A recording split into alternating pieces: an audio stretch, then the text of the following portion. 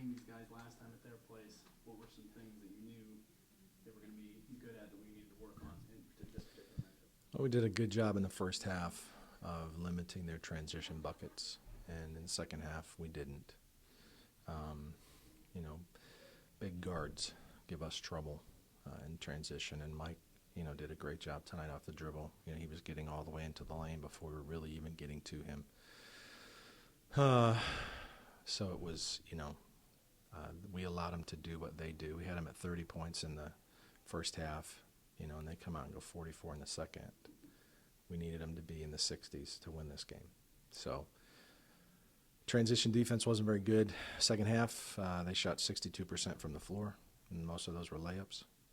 We got caught ball watching several times in the half court when we did get half court defensively, and they kept dumping it down, and just frustrating because we worked not to do that, and they made some plays tonight that, quite honestly, we should have been there. We weren't, and kudos to them for making the play. In the second half, we still were able to come back in late stages of the game. It seemed like we would get a basket, they would get a basket. Kind of from a coaching perspective, really, and down the stretch, what do you think were some of the key decisions that cost it for us? Yeah, I think a couple of times, we got to stop, and we gave up a rebound. So they're getting at it again. Maybe we were battling and we tipped it out of bounds or something. We had some possessions, were empty. We couldn't string together consecutive stops.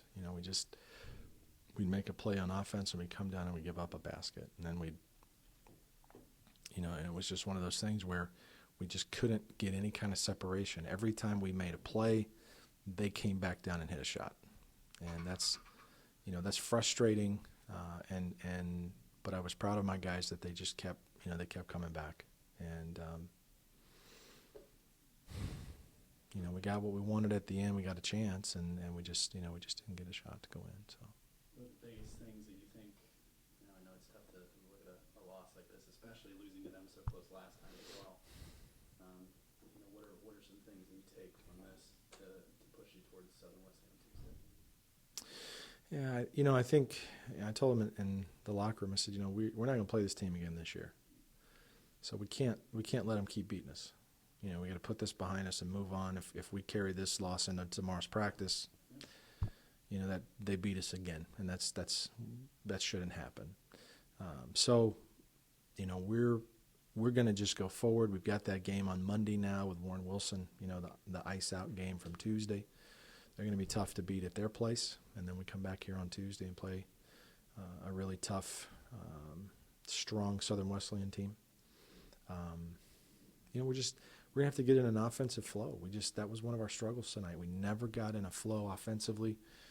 Second half, we opened it up a little bit, and we started, but then we drive to the basket, we step out of bounds. Or we drive to the basket, and we've got an open lane, and all of a sudden their help D comes, and instead of making a pass to the open man, we get blocked. Just little things like that. Obviously, in a one-possession, 1-point loss, you can point to the first play of the game and say, well, maybe if we'd have done, so it's easy to second guess.